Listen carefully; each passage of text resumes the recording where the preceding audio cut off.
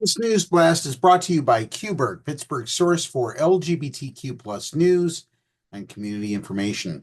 Learn more about Qberg by visiting their website at qberg.com, qburgh.com.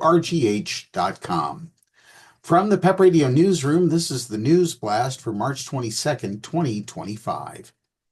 President Donald Trump on Friday began sketching a roadmap for dismantling the Education Department, with other agencies taking over responsibility for federal student loans and programs serving students with disabilities.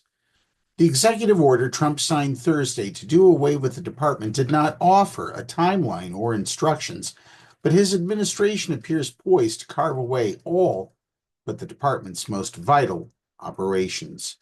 The Republican president said during a White House event that student loans will be handled by the Small Business Administration and it will be serviced much better than it has in the past. He also said programs involving students with disabilities would be shifted to the Department of Health and Human Services. The decisions drew blowback from advocacy groups that fear disruptions will be inevitable. The Small Business Association announced Friday it will cut its staff by 43%, raising questions about its ability to take on the Education Department's $1.6 trillion loan portfolio. This can only result in borrowers experiencing erratic and inconsistent management of their federal student loans, said Jessica Thompson, Senior Vice President of the Institute of College Access and Success. Errors will prove costly both to borrowers and ultimately to taxpayers.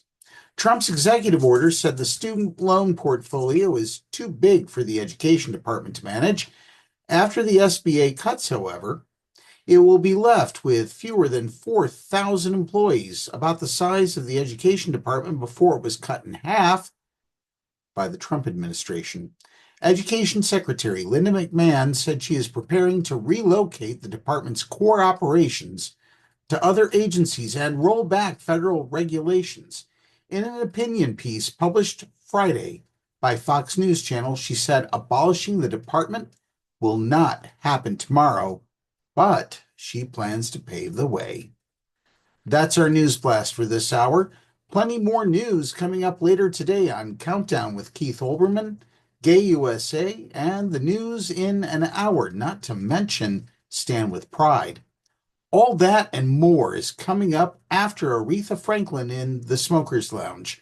Up next, we have the National Weather Service forecast for the Meadville area here on PEP Radio.